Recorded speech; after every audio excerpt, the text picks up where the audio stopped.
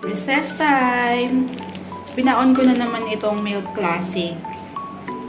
Cheese and then Milk Classic. Hindi na ako umorder ng banana. Ito lang.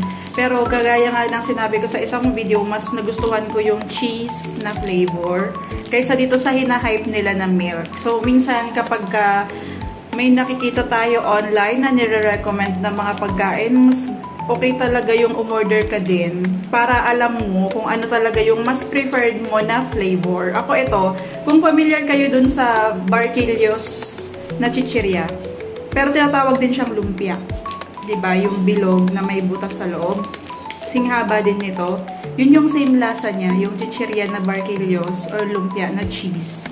Ito naman, ang kalasa niya ay yung loaded, pero na white, pero mas matamis yun. Mas okay ito kung conscious ka sa mga sweet na kinakain mo. Ayan, kasi nga masyado ng stricto sa kantin namin. Pili na lang yung mga tinitinda. Bawal na yung mga chichirya. Karamihan crackers na lang pero nakakasawa. Kaya, ayan, umorder ako online.